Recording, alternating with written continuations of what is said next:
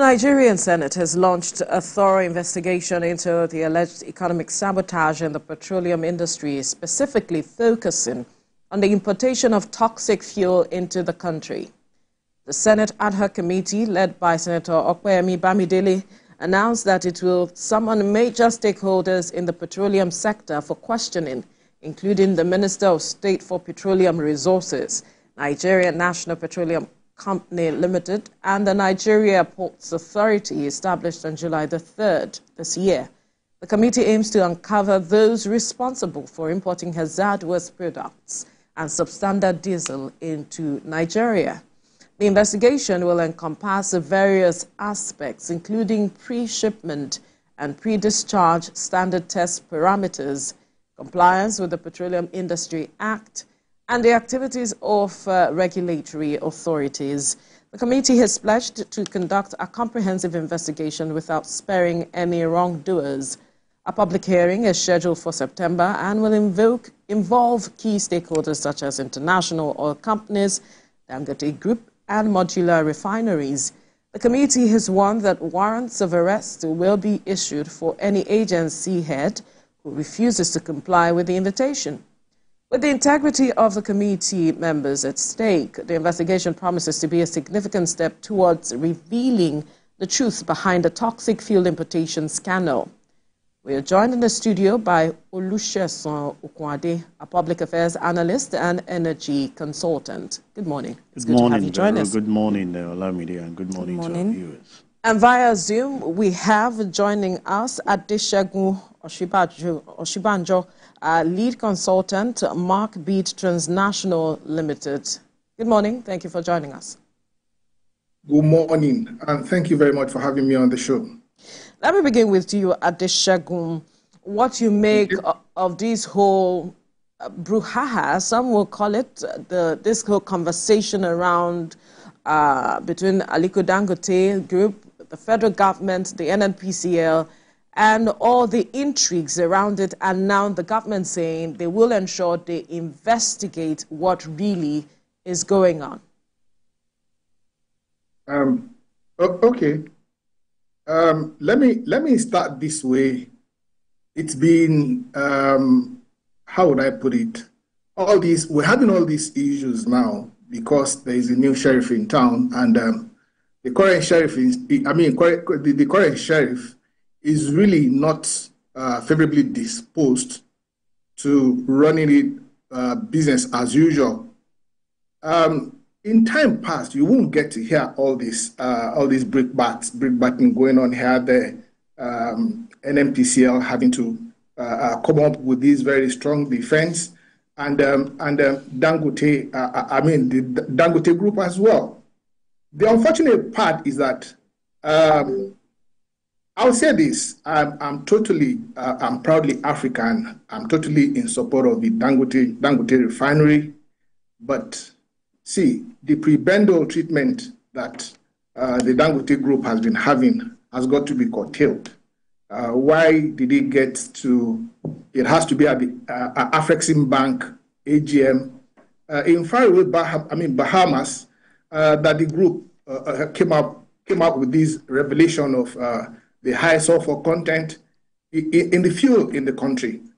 So for me, we're having all this because it's no longer business as usual. I'll need it for you to expatiate on something you mentioned not too long ago, talking about the preferential treatment that the Dangote Group is getting. Is that the issue here?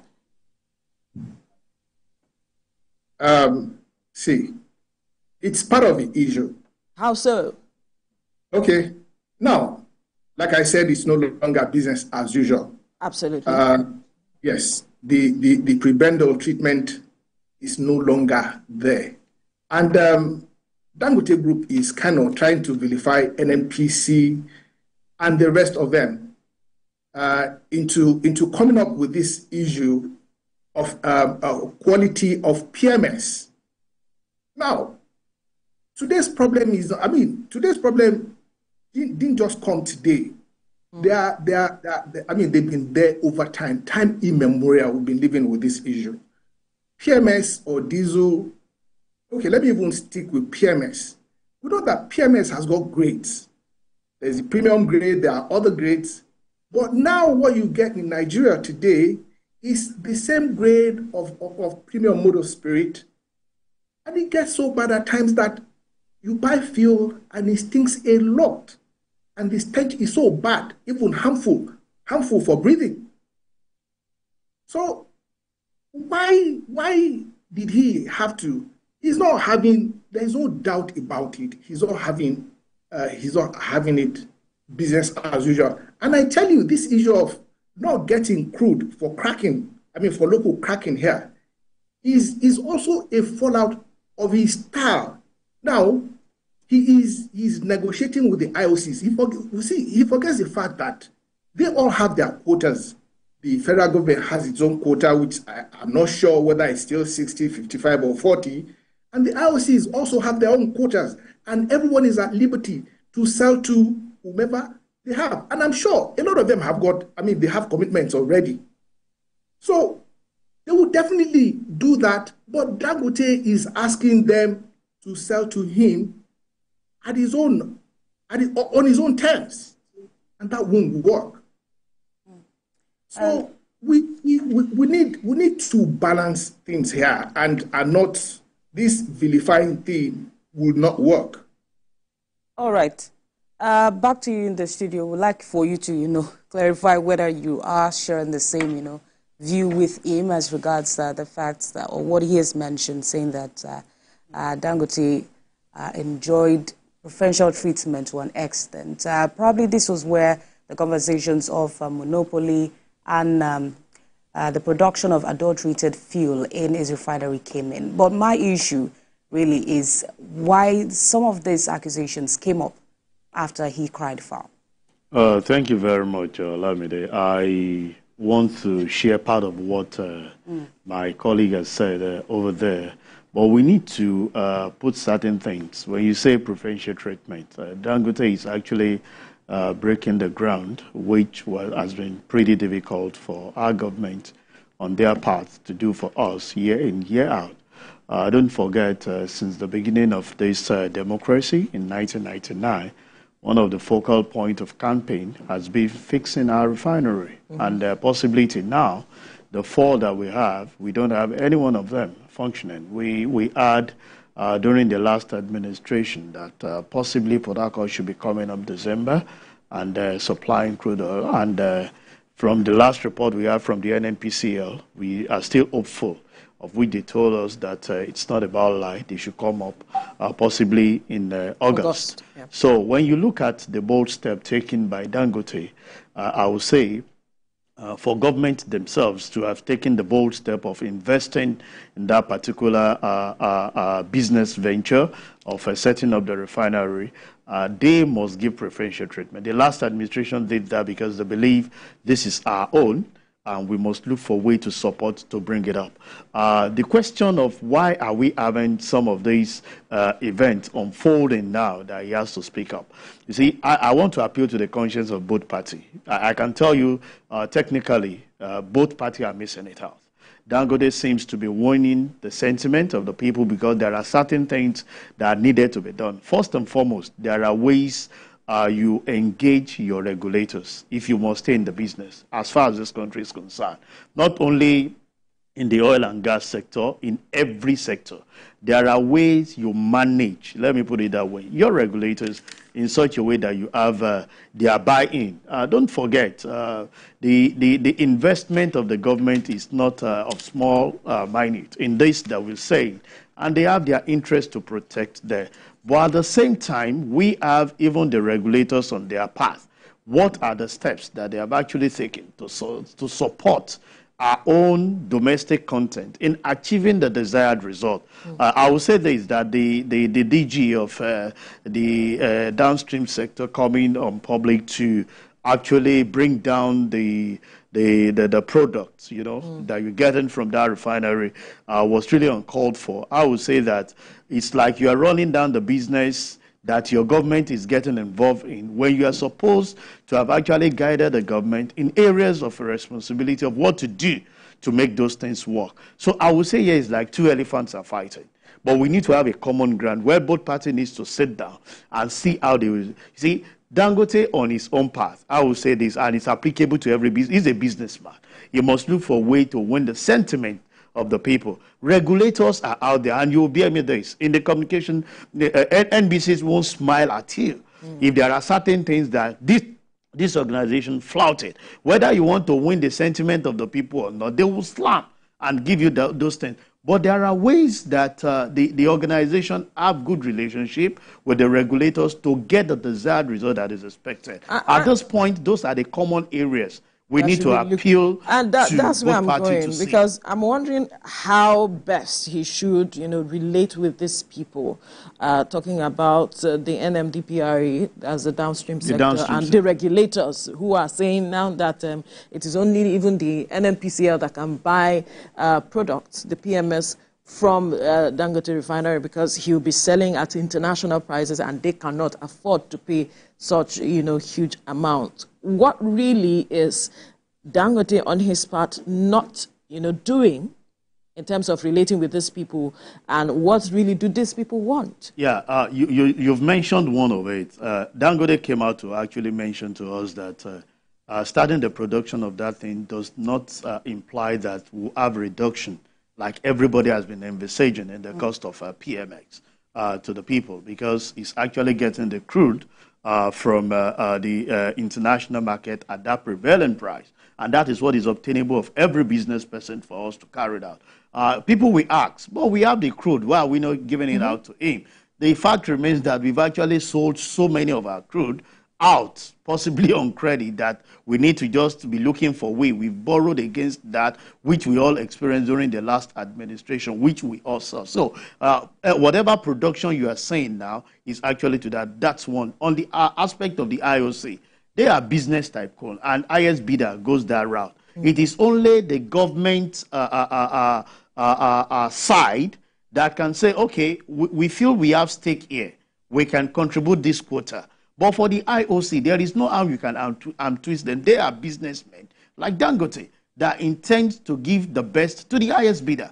And this is not business that you win by sentiment. You can only do that on the part of your investors, like the government, to say, you are investing in this, and this is our own local content. Is there a way you can speak more to the IOC in such a way that they can favor us, not blackmailing some of these things? That we just have to say for us.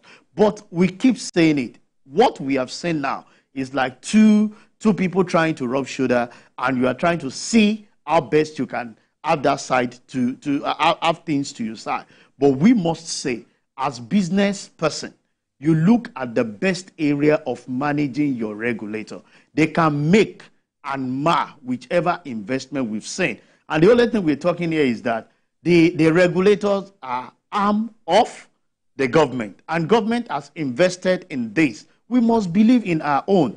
Government must be able to do everything within their reach to support in such a way that we'll have the best result out of this, our own, what we can proudly call our own in Nigeria, in Africa, that is changing the dynamics of things in the world. But rubbing shoulder and fighting one another, it's not the best way to go, because there is nothing to gain to it. I want to prevail, since the National Assembly is inviting the stakeholders in this. They are our representative. A lot of us won't be able to make ourselves available. They should look for a way to have a common ground. Sentiment should not prevail. But situation where regulators are expected to do their part, if there are areas where they have actually gone beyond where it should be, not putting the human face for business survivor, they should try as much as possible to correct that, but we must have a common ground. Here, it's like the man looking for a way to protect his side, which I understand. Ordinarily, I don't expect even Chairman Dangote to come and be the one speaking. You should have your communication, but you know when you're frustrated, you tend to regulate, you tend to relegate, those that are assigned to do the job, and come out to speak yourself so that you can put the weight that is desired. That we quite understand. But it's high time. Thank God that the National Assembly are actually prevailing to investigate into some of these issues to have a common ground. But it is not where we will actually, be relegating some of the things that we're supposed to do locally, but have a common ground where both parties, we have a win-win situation for the benefit of the common man in the country. And how proactive this committee will actually be has also been part of the questions they've been asking, because we had a similar incident where they raised the issue and they had a committee, the Senate had a committee, the House of Reps also had a committee on marketers bringing bad fuel into the country during the Buhari era. And, the result of that committee is yet to be seen. Let me just interject there. You see, it's part of the problem we have in this country. Most of the time when we have issues like this, there are no punishment. We all heard there, a lot of filling stations was clamped down, and they came out to say, indeed, there were few adulterated fuel that was injected into the system. But till today, just like we have in other sectors, you will hear about certain set of people who are sponsors to terrorism and the likes, and nothing is coming up. There are no punishment to serve as deterrent. And that's why, for me, even the National Assembly calling for this investigation, you will ask yourself, what will be the end result? We've heard that they are going to actually punish those that are found, culpable, who is carrying the wrongdoings. But you ask yourself, what has it been in time past? We've seen a lot of people who have actually perpetrated this ill, using some of the largesse they enjoy to even fight back the system and give us the wrong. We feel that there must always be decisive punishment for those that are found culpable. It's on that premise that we can actually move forward. And perhaps this committee will also address major issues, not just this Dangote refinery issue, but also oil theft and major, issues of corruption in that sector. But very quickly to you, Adeshegun, Dangote was quoted to have said it was ready to sell to the NNPCL. How viable is the refinery under NNPC if he were to sell? When you consider the condition of the current refineries under the NNPCL today, the refinery in Kaduna, the refinery in, I think, Port Harcourt, and the other one in Warri. Okay. Before I get to that, now let me buttress what I said earlier on a little bit. Now, if you check 2019 to 2022, the federal government lost about 16.7 trillion, okay, in revenue tax reliefs, duty waivers, and the rest of them. Now, if you watch whom this went to, there are 46 large companies, okay, which got this, and Dangote Group featured prominently. Now, why are you giving tax relief? It's like you're pouring water into the ocean. There are other, how do I put it now, other businesses that require, that merit this the more, not those that don't merit it. If you do all this, if you do it discriminatorily, okay, it has a telling effect on economic growth and inclusion. Now, before I really come to address what you're saying again, everything must be done humanly possible, okay, to ensure that whether crude oil importation or fuel importation is stopped. Now, why I say this is this. If you look at the cost breakdown for importation, it is heavy. The ex-works price of the product itself directly from the refinery. There is also what we call the FOB, the free on board price, that you would have to do shipment from the doorstep of the refinery to the port of loading, wherever from the foreign country. Now, there's always there's also the freight cost, which is the ocean freighting from there to Lagos port or whichever port in Nigeria. Okay. Now, there is the insurance. Okay. There is also the oil terminal charges. There is the local distribution, the logistic charges, and all that. By the time you do all this together, I did a rough simulation in the second part of the article I wrote then, Roadmap to Achieving Self-Sufficiency in Nigeria's Energy Sector. That's part 2 for oil and gas. If you do all that, you would come to get 2,532 naira as your landed price, per liter. Okay, that is for importation. Now, if you're looking at local refining only, you would only have to add, the ex-works price, okay, and the local logistics distribution charges here.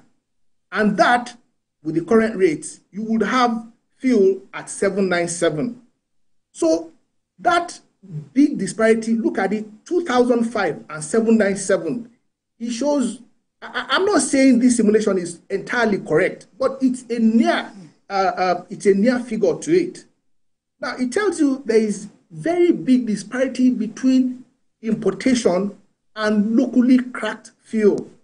So this is why I say this must be stopped. Now, on Dangote Group offering NNPC to take over this refinery, the refinery, that refinery is too monstrous in my own words, and NNPC has not got the competence at all to manage this refinery. So it is a no-no. NNPC cannot handle this. And I'm sure Dangote does not really mean what he has said, but he's ready. He wants, NNPC to buy him off. It won't work. He should stay and run his refinery and allow NNPC do its own job. Like I said earlier, playing the victim here would not help Dangote Group. As I said earlier, I'm also very, very, very much in support of the refinery. Are you saying he's not the victim here? Sorry? Are you saying he's not a victim here? I didn't say the victim, but I'm saying he's not a victim because you say he's playing the victim. So I'm wondering if he is not. Not a victim. He is not a victim. He has taken a lot of the system. He is not a victim at all. He is playing the victim, but he is not a victim. He is not.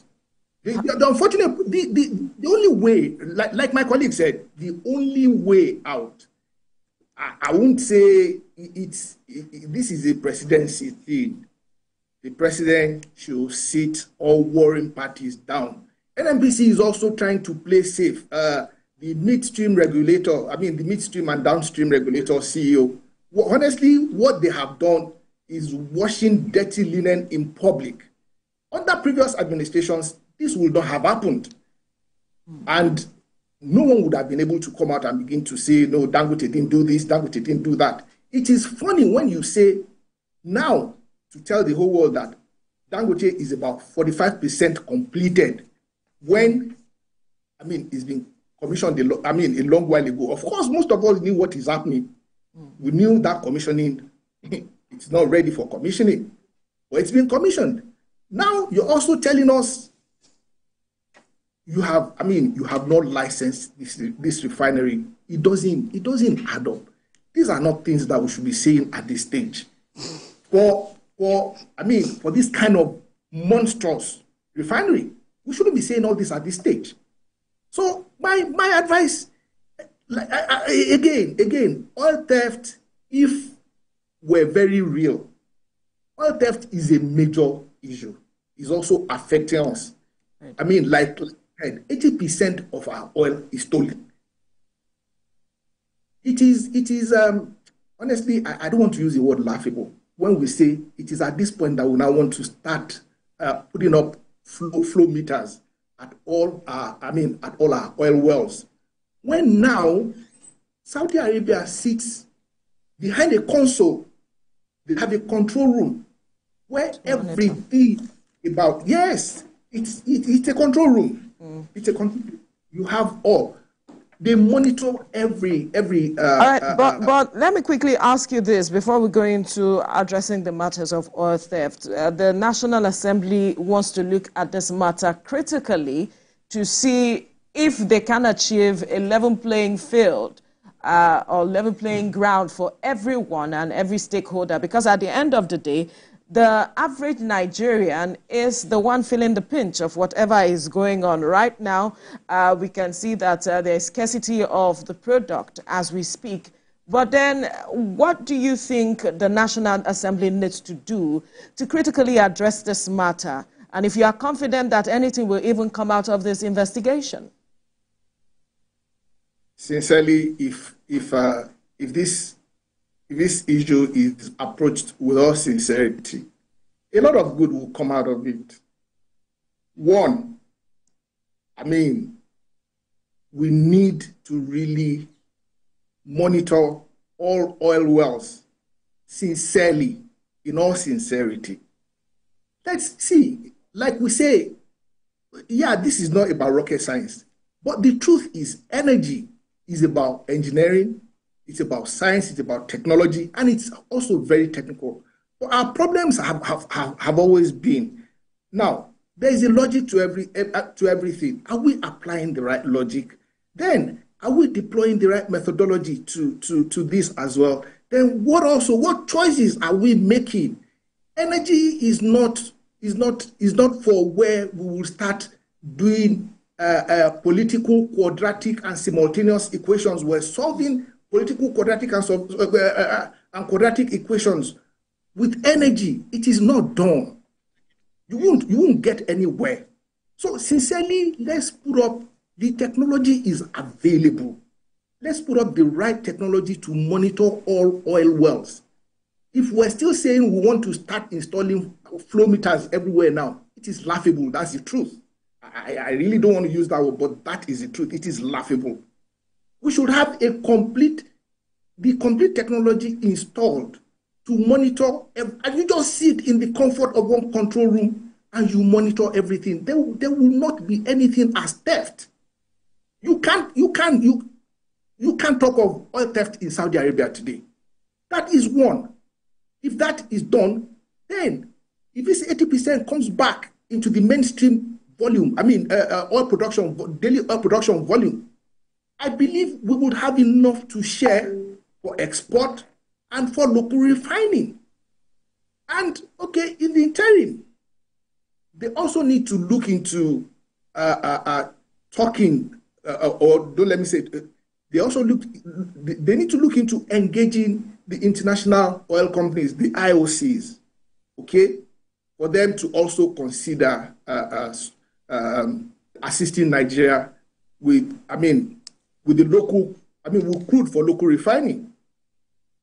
So, and another thing that we also need to really, that this Senate committee needs to consider closely is making some oil wells available and dedicating them strictly. And that's a long-term measure anyway. All right. Them closely for refining. It should be strictly for local refining. We have to stop everything called importation, whether crude importation, refined products importation, all has to stop. If they don't stop, I tell you, prices of this commodity, petroleum products, will keep escalating, and it will become uncontrollable. All right. Let me pause. Thank you very much for that. Back to you in the studio. What he mentioned about some of the viable alternatives that this committee can use in approaching this issue. But let's not also forget to let's say acknowledge some of these persons who are actively trying to sabotage the system. He mentioned Saudi Arabia, he mentioned other countries who are actively involved in their oil sector. However, even if we decide to implement some of these things, there are persons who are there, which even the MD and the CEO of the NNPC has acknowledged as principalities, so to speak, who are there to sabotage the system. And I'm also concerned about how this is, putting Nigeria or portraying Nigeria in terms of our posture for foreign direct investments. I'm sure foreign investors are looking at what is going on. If we can treat local investors like this, how much more a foreign investor? Yeah, I've said it that we need to manage our image at the global space with the way and manner we are treating Dangote. And don't forget, an average businessman is looking for someone to take the step and break the camel back before that will venture into it. If he's being treated this way, he sent wrong signal, knowing fully well that everybody believes that the local investors understand the culture and the terrain at which they need to move. And if you cannot have the confidence of those locals, even if it's FDI or the one you have to give franchise, you are threatened that the business survivor may actually not be there. You see, to collaborate also what my other colleague has said, I think the aspect of NNPC coming to tell us so much we're losing in terms of crude oil theft, the government need to address it. If we have a lot of trips being embarked upon, and possibly because I happen to be a member of Transport Administration, which we have a segment that speaks to this pipeline transportation of a thing. We've asked ourselves the question, what actually will it cost? Technology is out there to monitor some of these things. And when you look at the investment of those illegal people diverting the crude, it's not something that is actually being carried out by small fries. These are things that take a lot of time, lot of investment.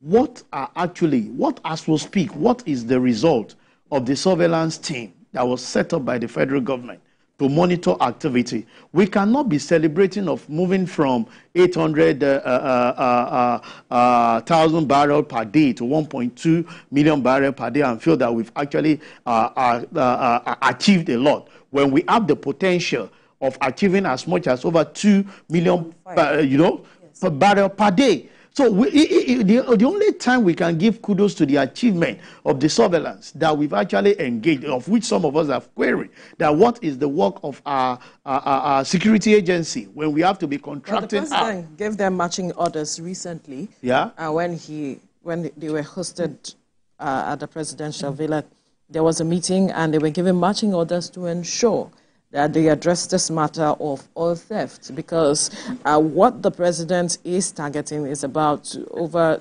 2 million barrels per day. That's which some persons have called ambitious, but then the president believes it's achievable. And that is why he's given the security operatives this matching orders to do what the needful. You've actually given the matching order. How much of monitoring are you actually providing to? It's enough for you to speak. And people look at you and say, he has said his own, he goes back to bed to do. There must be timeline of delivery for some of this thing. Okay, I'm expecting, possibly as a finance person, I've always said this. They give you a target and tell you in the next 3 months, currently we are at this figure, I want this to be, because this is what we expect. We know we have the capability of doing. I'm giving you the next 3 months, at least a quarter, to say we are moving from 1 million, at least to be at 1.3. Then we come back, review the position of things. If you're able to attain that, we can move from, it's just like you working in the financial institution as a marketer. They will give you a set target. They don't just tell you that you need to increase your DDA. There are timeline and specifics attached to this. I'm saying that as lacuna. You don't just give matching order without putting those timelines. If the president wants us to achieve 2 million in the next 1 year, you should be able to segment them. This is where we are currently, and this is where we're expected to be after the first 3 months, after the next 6 months, and be able to achieve it. If we are able to address that, it's like you are increasing the base of your revenue, of which you can now, decide to give certain quotas for the IOC, and like you said, dedicate some for the raw. It's only in this part of the world that you have the raw materials, and you are still suffering to enjoy the benefit of the process. Don't forget, each time we keep saying that we want to encourage domestication, it's about saying that it is not only PMS, it's not only diesel, it's not only jet oil that you get from that crude. Other byproducts that we have therein are input into other arms of the government. Take, for example, fertilizers, take for a bitumen.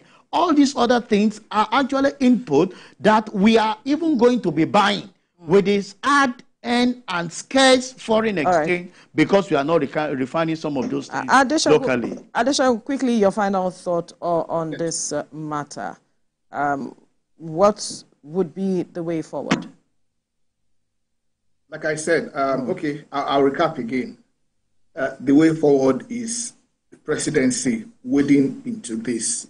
We are all aware that this has happened because the sheriff in town would not allow business be conducted the usual way it has been. Right. What we're talking about is not just the fault of Dangote Group. Previous administrations have collaborated with the organization to become a monopoly, whether we like it or not. It's the truth.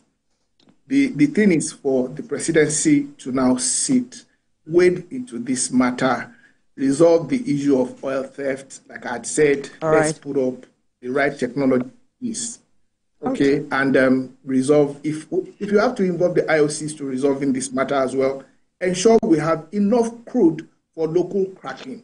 Thank you. All right. Adeshagun Oshibanjo, lead consultant, Mark Beat Transnational Limited, thank you for your time. Must also thank you, Olusegun Kwade, Chartered Accountant, Public Affairs Analyst, for your time as well. Thank you very much for having me. All right. We will now quickly take a break and bring you the news.